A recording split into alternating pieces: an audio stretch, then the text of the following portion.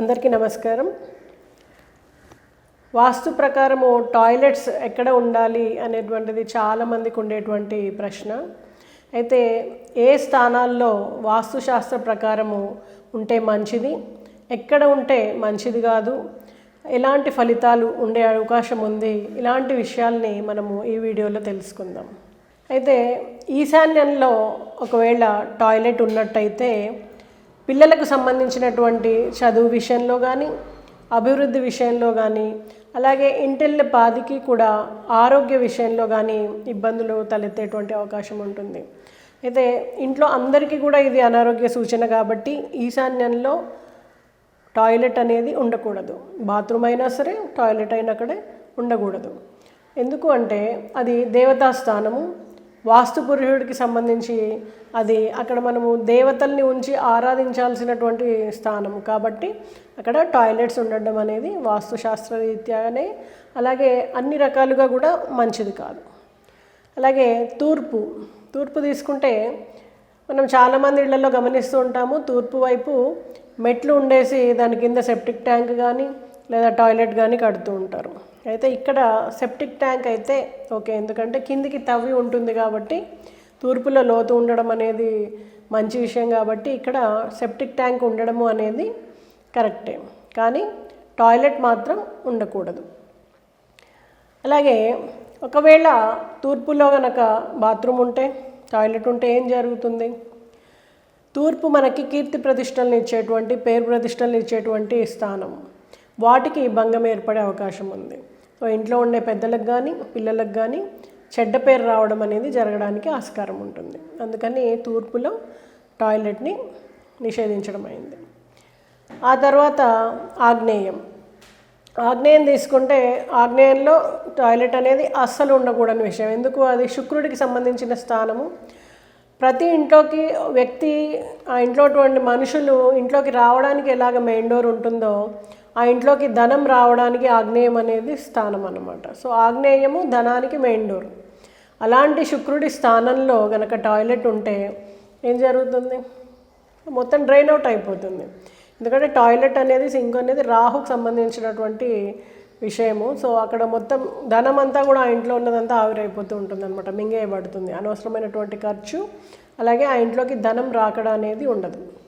So అందుకని ఆగ్నేయంలో అస్సలు టాయిలెట్ ఉండకూడదు. ఒకవేళ అక్కడ టాయిలెట్ ఉన్నట్టయితే ఆ ఇంట్లోకి ధనము అనేది రావడం జరగదు, ధన నాశనము. ఉన్నాయి కూడా ఎక్కడెక్కడ డబ్బులు స్ట్రక్ అయిపోవడం, ఎవరికి ఇచ్చినవి తిరిగి రాకపోవడము, ధన విషయంగా అభివృద్ధి అనేది కుంటుపడడం జరుగుతుంది.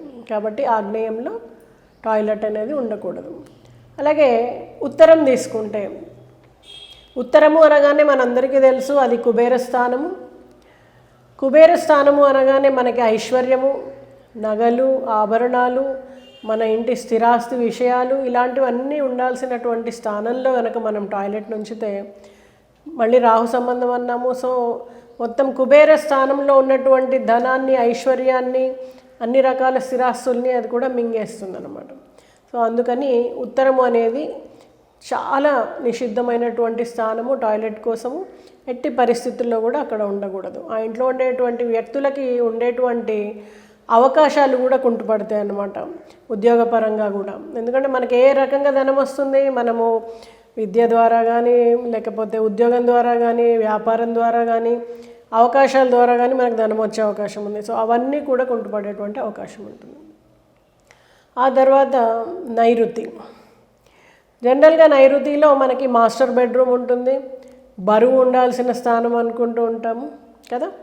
సో చాలా ఇళ్లలో మనం గమనిస్తూ ఉంటాము, నైరుతిలో కనుక మెట్లు ఉంచి దాని కింద టాయిలెట్ని కడుతూ ఉంటారు.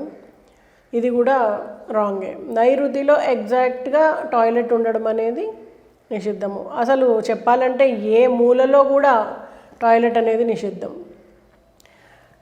నైరుతికి పక్కగా అంటే పడమర వైపుగా, అలాగే ఇంకో పక్క దక్షిణం వైపుగా ఉండొచ్చు, కానీ ఎగ్జాక్ట్ నైరుతిలో టాయిలెట్ అనేది నిషిద్ధం. దీనివల్ల ఏమవుతుంది అంటే ఆ ఇంట్లో ఉండేటువంటి, ముఖ్యంగా మాస్టర్ బెడ్రూమ్ కదా అక్కడ ఉండేది, కాబట్టి ఆ ఇంట్లో ఉండేటువంటి జంటల మధ్యలో లేదా మాస్టర్ బెడ్రూమ్లో ఉండేటువంటి తల్లిదండ్రి కానీ లేదా మెయిన్ జంట ఎవరైతే ఉంటారో వాళ్ళ మధ్యలో అపార్థాలు చోటు చేసుకోవడం, వాళ్ళ మధ్య దూరం పెరగడం అనేది జరుగుతుంది.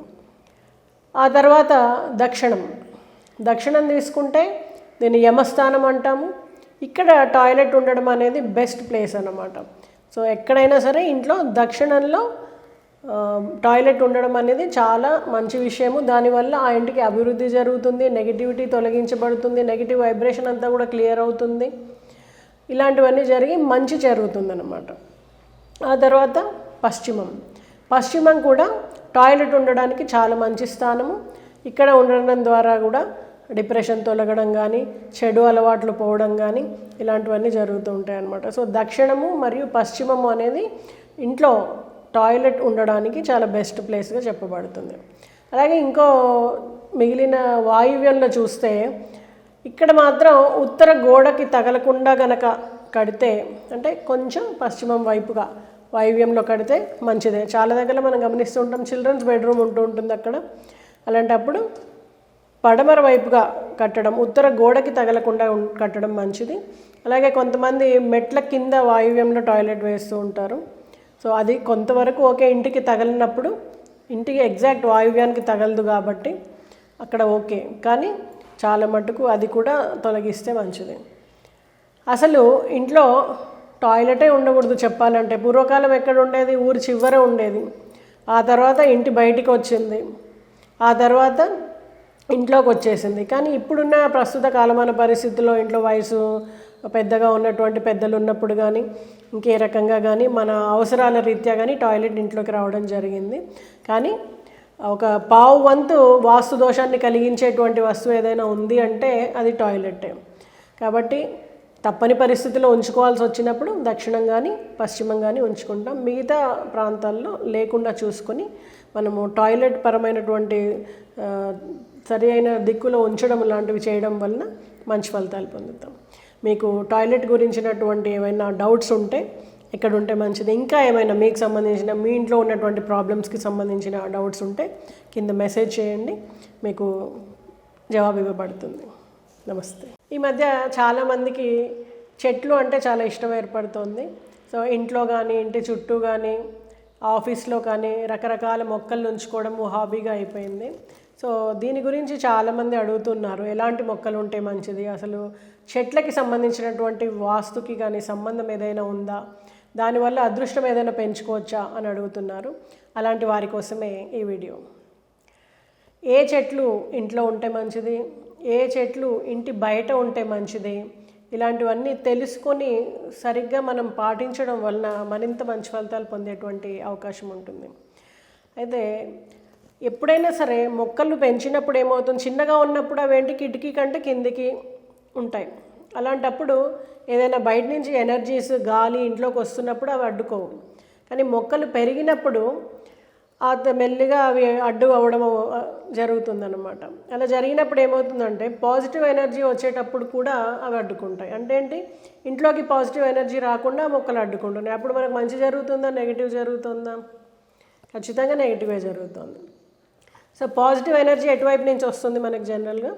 తూర్పు వైపు నుంచి కానీ ఉత్తరం వైపు నుంచి కానీ మనకి పాజిటివ్ ఎనర్జీస్ వస్తూ ఉంటాయి. కొంత మటుకు దక్షిణం నుంచి కూడా. ఎందుకంటే సూర్యుడు అంతా కూడా ఉదయిస్తూ ఉంటాడు, మిట్ట మధ్యాహ్నం వరకు తన పాజిటివ్ ఎనర్జీని ప్రసరింపజేస్తూ ఉంటాడు.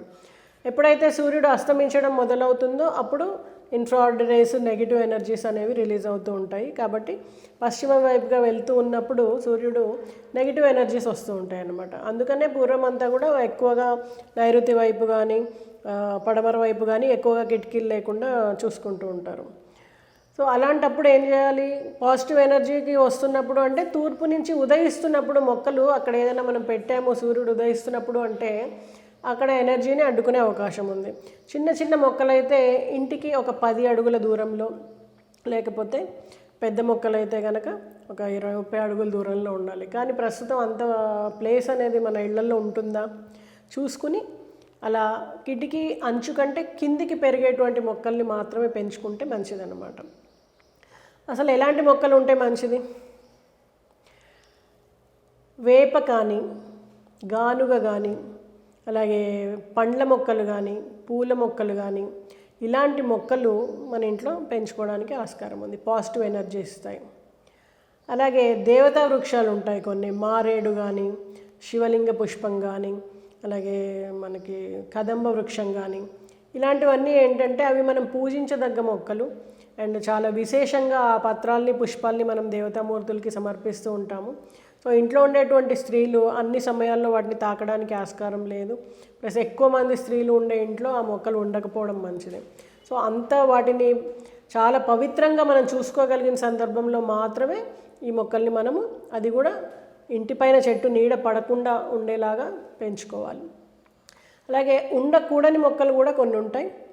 పాలుగారే మొక్కలు కానీ, ముళ్ళ మొక్కలు కానీ, దానిమ్మ, అరటి, అలాగే కుంకుడు, పొగడ, అలాగే వెలగ, ఇలాంటి మొక్కలన్నీ కూడా ఇంట్లో పెంచడానికి నిషిద్ధమైనటువంటి మొక్కలు. వీటి నుంచి నెగిటివ్ ఎనర్జీ రావడము, దాంతోపాటు అనేక రకాల ఇబ్బందుల్ని కలిగించడం అనేది జరుగుతుంది. ఈ మొక్కలు ఇంట్లో పెంచుకోవడానికి దగ్గరైనా దూరమైనా కూడా నిషిద్ధమే.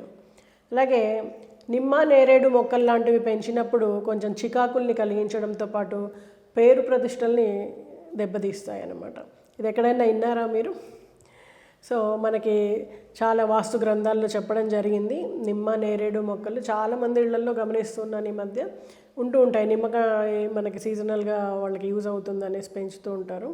సో ఎప్పుడు కూడా నిమ్మ, నేరేడు మొక్కలు ఇంట్లో పెంచకూడదు. అలాగే పాలుగారే మొక్కలు కానీ, ముళ్ళ మొక్కలు కానీ పెంచినప్పుడు భయం కానీ, శత్రుఘోష కానీ, ఇతరుల నుంచి మనకి ఏదైనా ఇబ్బంది కలిగేటువంటి అవకాశం ఉంటుంది. అందుకని పాలుగారే మొక్కల్ని, ముళ్ళ మొక్కల్ని కూడా ఇంట్లో పెంచడానికి నిషిద్ధం చేయబడ్డాయి అన్నమాట. అలాగే తూర్పులో ఎప్పుడు కూడా పండ్ల మొక్కలు పెంచకూడదు. ఎందుకు? పండ్ల మొక్కలు చాలా మట్టుకు ఎత్తుగా పెరిగేటువంటి, పెద్దగా అయ్యేటువంటి చెట్లు ఉంటాయి అవి. కాబట్టి అలా పెంచడం వలన మనకి ఇంట్లోకి వచ్చేటువంటి పాజిటివ్ ఎనర్జీని అవి అడ్డుకుంటాయి. పండ్ల మొక్కలు ఇంట్లో పెంచడానికి అనుకూలమైనవే, కానీ అవి తూర్పు వైపుగా పెంచడం వలన చాలా పెద్దగా మనకి ఇబ్బంది కలిగిస్తాయి. కాబట్టి పడమర వైపులో, దక్షిణం వైపులో పెంచుకోవడం మంచిది. అలాగే పడమర వైపు నీటిలో ఉండేటువంటి మొక్కల్ని పెంచడానికి ఆస్కారం లేదు. ఎందుకంటే అక్కడ మనము పడమర, దక్షిణం ఇలాంటివన్నీ కూడా మనకు కొంచెం అగ్నితత్వం ఎక్కువగా ఉండేటువంటి స్థానాలు కాబట్టి అక్కడ నీటి మొక్కలు పెంచడం ద్వారా నీళ్ళను ఉంచాల్సి వస్తుంది మనం. కాబట్టి అక్కడ ఉంచకూడదు. ఎందుకంటే చాలా చిన్నగా నీటి మట్టంలోనే పెరుగుతాయి కాబట్టి అవి మనకి ఎలాంటి నెగిటివ్ ఎనర్జీని లోపలికి రానియకుండా, అలాగే పాజిటివ్ ఎనర్జీని ఆపేటువంటి ఆస్కారం లేదు. కాబట్టి తూర్పులో కానీ, ఉత్తరంలో కానీ నీటి మొక్కలు పెంచుకోవడం మంచిది. అలాగే ఏ మొక్కలైనప్పటికీ ఇంటిపైన నీడ పడకూడదు. అలాగే ద్వారాలకి ఎదురుగా మనకి పోటు కలిగించకూడదు. పగటి నీడ అస్సలు పడకూడదు. అలా ఉండేటువంటి మొక్కలు చూసుకుని ఇంటికి ఎంత దూరంలో ఉంటే మంచిది గమనించుకుని, అంటే ఆ చెట్టు ఎంత పెరుగుతుంది, నీడ పడే ఆస్కారం ఉందా లేదా, ఇలాంటివన్నీ గమనించుకొని మీరు పెంచుకోవడం ద్వారా మీకు ఉపయోగమయ్యేటువంటి అవకాశం ఉంది. అలాగే మనకి ఈ దేవతా వృక్షాలని కానీ ఇంటికి దూరంగా పెద్దగా అయినా పెంచుకోవచ్చు. అలాగే ఈ పాలుగారే మొక్కలు, ముళ్ళ మొక్కలు లేకుండా మీకు చెప్పినటువంటి వేప, పండ్ల, పూల మొక్కల్ని మీకు అనువుగా ఉన్న స్థానాన్ని బట్టి పెంచుకోండి. ఈ మధ్య చాలామంది ఆక్సిజన్ ప్లాంట్స్ అనేసి ఇంట్లో పెట్టుకుంటున్నారు. వాటిలో తులసి చాలా శ్రేష్టమైంది. అలాగే కొన్ని రకాల ఎడారి మొక్కలు ఎక్కువ ఆక్సిజన్ ఇస్తూ తక్కువ నీటిని, తక్కువ వెలుగుని తీసుకొని మనకి ఆక్సిజన్ ఇస్తూ ఉంటాయి. కాబట్టి వాటిని కొంతవరకు మూలల్లో పెట్టి పెంచుకోవచ్చు. వాటిని కూడా అప్పుడప్పుడు ఎండ తగిలేలాగా బయటికి మారుస్తూ మళ్ళీ సరైన ప్లేస్లో పెట్టేసుకుంటూ ఉండాలి. ఇలా చేయడం వలన మొక్కలు కూడా మనకు వాస్తుపరంగా చక్కటి ఫలితాలను ఇచ్చి మనకి అదృష్టాన్ని తెచ్చేటువంటి అవకాశం ఉంది. ఇవన్నీ పాటిస్తారని, అలాగే మొక్కలకు సంబంధించి మీకు ఏమైనా డౌట్స్ ఉంటే వాస్తుపరంగా ఎలాంటి మొక్కలు కానీ, కొంతమంది లగ్నాలకు సంబంధించి, రాసులకు సంబంధించి కూడా ప్రత్యేకమైన మొక్కల్ని పెంచాల్సి ఉంటుంది. అలాంటి వాటి గురించి మనం ఇంకో వీడియోలో చెప్పుకుందాం. మీకేమైనా డౌట్స్ ఉంటే కింద మెసేజ్ చేయండి. నమస్తే.